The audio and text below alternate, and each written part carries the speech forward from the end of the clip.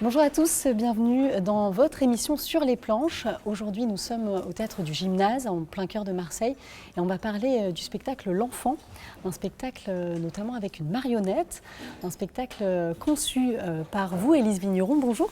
Bonjour. Merci d'être avec nous. Alors justement, expliquez-nous un peu d'où est partie la naissance de ce projet, L'Enfant, un spectacle où il y aura aussi une marionnette. Alors les prémices, c'était justement avec l'équipe du gymnase, avec Dominique, le directeur. Et l'idée, c'était d'investir une maison dans Marseille avec une pièce et de pouvoir vraiment créer sur une sorte de déambulation, une forme immersive. Et il s'est avéré que c'était un peu compliqué au niveau des normes de sécurité, de déplacer des spectateurs dans des lieux qui ne sont pas dédiés. Et donc, j'ai gardé cette idée et je l'ai transformée sur un plateau. Et donc du coup, la pièce c'est La mort de Tintagiles de Maeterlinck. C'était déjà la pièce que j'avais choisie pour justement faire cette forme immersive in situ. Et ça nous a permis de nous inspirer pour la scénographie qui est là, qui est une scénographie qui représente des chambres, des espaces, châteaux, hors champ. C'est voilà. Ça, ce qu'il faut dire, c'est que c'est vraiment une pièce déambulatoire. Donc le public, vraiment, vous allez le prendre par la main et l'emmener vraiment au cœur d'une visite un petit peu du théâtre finalement. Oui. Enfin, visite pas à la découverte du théâtre, mais il va vraiment arpenter plein de lieux. Plutôt perdu dans le théâtre. Oui, bah là, l'idée, c'est vraiment de se servir des espaces. Donc il y a la scène, mais il y a aussi les dessous, il y a des petits couloirs. Des trappes un peu. Des trappes, donc, et que chaque espace fasse partie du spectacle et ait un sens. Et comme tout se passe dans La mort de Tintagiles, dans un château, toute l'ambiance, et du fait qu'il y a une reine qui veut récupérer un enfant et qui rôde autour du château et la sœur essaye de le protéger, donc ferme les portes. On n'est que dans des terrifiques un petit peu. Maeterlinck. Donc du coup, là, on se sert des espaces et on réfléchit par rapport à ça. D'accord. Voilà. Et c'est un spectacle qui est adressé au jeune public, mais plutôt à partir de 14 ans, plutôt les ados. Ados, oui. En fait, donc il vient juste d'être créé, quand on l'a créé cet automne.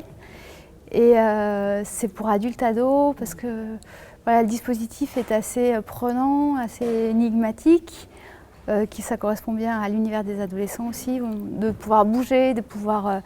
c'est une autre façon d'appréhender le théâtre. On va vivre des sensations fortes. Oui, on est dedans, quoi. Ouais. Et après, le texte, c'est quand même une pièce de théâtre, c'est l'époque des symbolistes, c'est pas forcément une écriture qui est complètement évidente, même si c'est pas très compliqué, mais ça peut pas être pour les plus jeunes, puis les thématiques abordées, ça correspond à l'âge en fait. Ouais.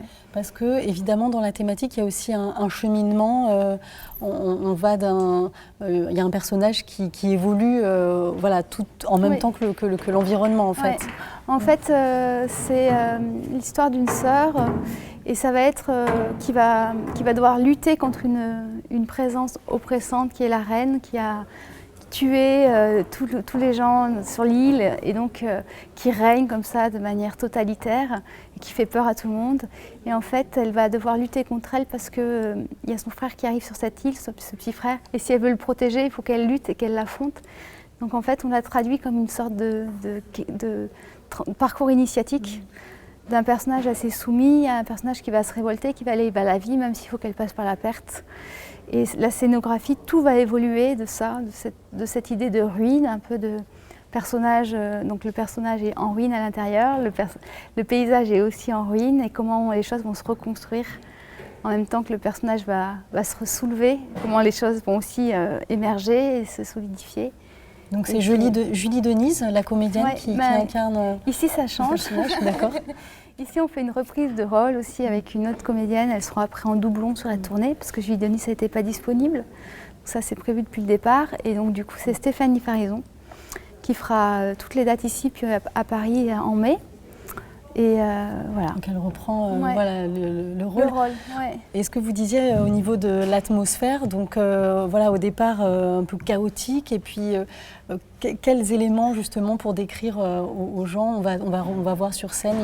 Il y a, on voit beaucoup de portes là autour de nous, un peu ce château un peu désenchanté. Au départ, on est sur l'idée d'un couloir. Donc le couloir, c'est en sous-sol, là, sous le plateau. dans assez bas comme ça, ici c'est comme ça. Et c'est un mur noir sur lequel le personnage écrit, elle trace des mots, elle trace un peu l'histoire et le paysage, elle essaye de faire un plan de tout ce qu'il y a, toute l'intrigue, et essaye de retrouver aussi un peu ses idées. Et elle accueille les spectateurs comme ça en faisant ses plans. Et ensuite on arrive dans une première installation où il y a une marionnette qui ressemble un peu à une statue, je ne sais pas, peut-être qu'on pourra voir tout à l'heure, qui est blanche, voilà, comme une statue grecque qui est animée. Et le sol il est jonché de pierres, d'os. Donc c'est très minéral en fait. Les gens sont assis sur des rondins, sur des choses très très minérales, comme un paysage un peu désertique. Et au loin, on perçoit une sorte de ruine. C'est la chambre en fait, c'est le château malade, qui est un espace avec plein de planches et tout ça. Et les gens ils vont assister à la remise en état.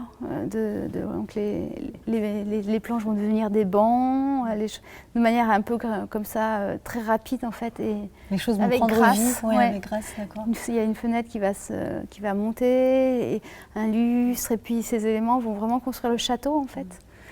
Et les spectateurs vont être invités à rentrer dans cette chambre, et qui va ensuite se fermer par des portes, par des planches. Donc on est dans l'idée de l'abri. Puis ça va s'écrouler, puis on va découvrir. On est vraiment sur l'idée du passage, du seuil entre les mondes, entre les espaces, et comment on peut l'éprouver aussi en tant que spectateur, quoi, de se déplacer, d'être dans un espace qui est circulaire, quoi, pas circulaire mais rectangulaire. On se voit, on est vraiment invité. Puis comment cet espace qui paraissait dur va s'écrouler. Oui, ça va être un peu bouleversant en fait pour le spectateur. C'est inhabituel, ouais.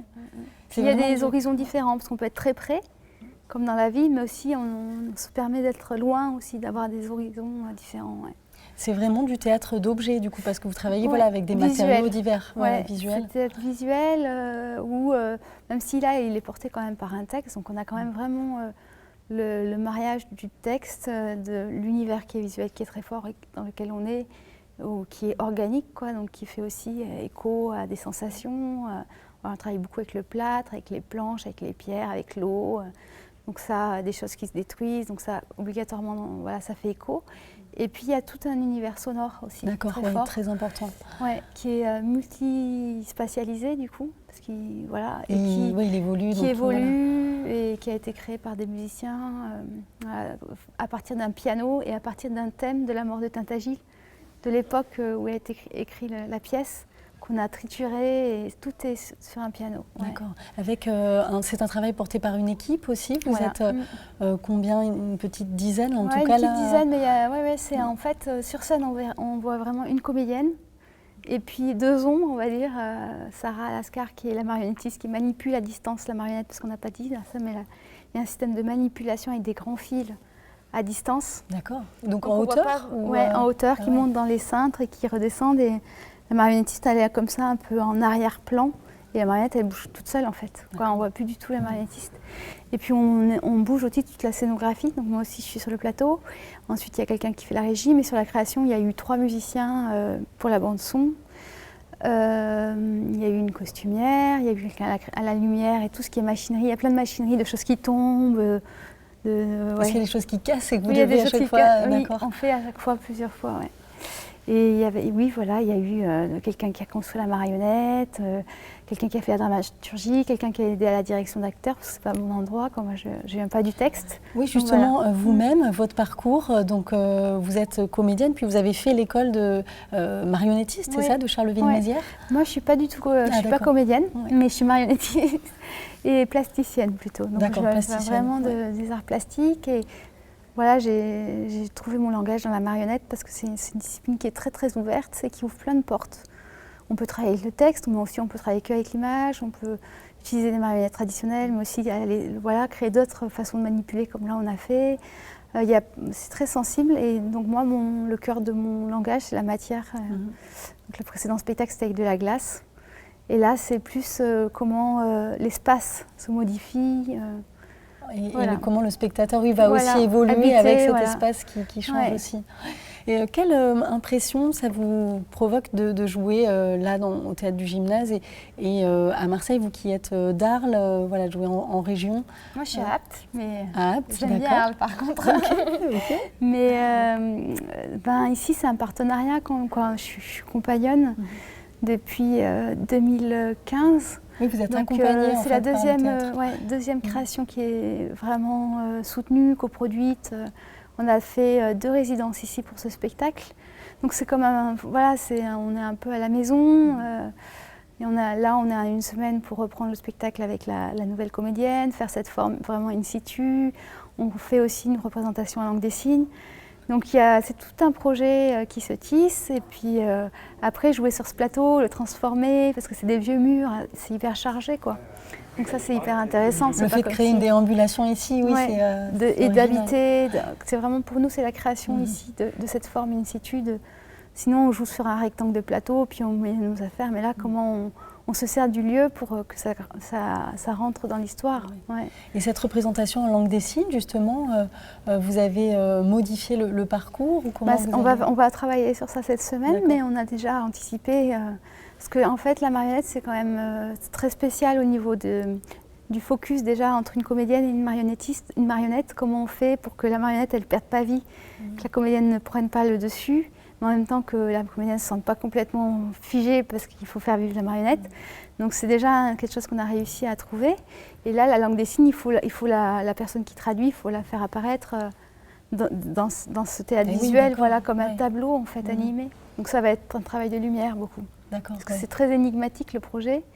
On ne peut pas avoir quelqu'un qui est là juste pour traduire. Voilà. Il faut que ça fasse partie de l'univers visuel. Il va falloir créer tout un équilibre du coup. Et là, à quelques jours de la première, vous êtes dans quel état d'esprit? Vous êtes en plein montage. Là, c'est le moment où on crée. Là, c'est le moment où on visualise les espaces, où on se dit comme ça, le spectateur sera placé comme ça. On met tout en place, on change le son aussi. Parce qu'obligatoirement, il faut changer tout est dispositif. Donc, si on n'est plus dans les mêmes rapports, tout change. Et on est bien content. Après, ce spectacle, on l'a quand même joué. Donc, on n'est pas dans une première. On sort de tournée. Vous savez où vous allez aussi. On sait où on va. Et après, on est dans le faire. Beaucoup. Dans la construction. C'est assez concret comme projet. Et cette marionnette, pour en dire un dernier mot, elle a un côté assez fantomatique un petit peu. Et ce travail de long fil, c'est commun justement de travailler avec des fils comme ça. Ça ne doit pas être évident pour le marionnettiste. Il faudra en parler avec Sarah, mais c'est assez agréable parce que généralement la marionnette à fil, on appelle ça un contrôle, une croix, et puis on doit la porter comme ça. Avec l'épaule, c'est assez dur, quoi. Et en fait, là, c'est le contraire. Comme les fils montent et redescendent, on est tous vers le sol. Si on veut faire lever le bras, il faut aller vers le sol. Donc, c'est tout le poids du corps. Elle a les bras ici, elle a le contrôle pour la tête et tout le dos à la main droite et les jambes dans la main, quoi. Elle est comme un personnage comme ça. C'est hyper agréable. Merci beaucoup, Élise Vigneron, de nous avoir présenté l'enfant, qu'on peut retrouver du 26 au 28 février au Théâtre du Gymnase à Marseille. Voilà, merci d'avoir été avec nous. Merci de nous avoir suivis. À très bientôt sur les planches.